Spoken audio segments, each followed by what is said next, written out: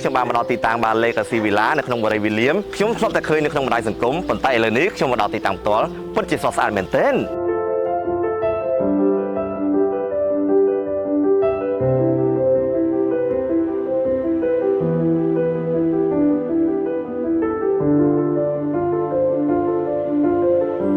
បាទឥឡូវនេះខ្ញុំបានមកដល់ក្នុងផ្ទះហើយបាទនៅក្នុងបរិយានេះគឺមានការរចនាបថបែបអឺរ៉ុបបាទស្អាតមែនទែនបាទហើយមួយវិញទៀតគឺនៅជាន់ផ្ទាល់ដីខាងក្រោមនេះគឺមានការ design ថាបន្ទប់មួយទៀតសម្រាប់ក្រុមគ្រួសារដែលគាត់មានមនុស្សចាស់ផងដែរគឺពិបាកឡើងទៅលើបាទបងប្អូនទាំងអស់គ្នាហើយកាន់តែពិសេសដែលខ្ញុំចាប់អារម្មណ៍គឺបាទនៅក្នុងផ្ទះនេះគឺមានចន្ទាបាទចន្ទាបែបកាច់ម៉ូដស្អាតមែនទែនពេលដែលយើងឡើងទៅខាងលើគឺមានបន្ទប់គេចំនួន3បន្ទប់ផងដែរបាទហើយកាន់តែពិសេសសម្រាប់ខ្ញុំ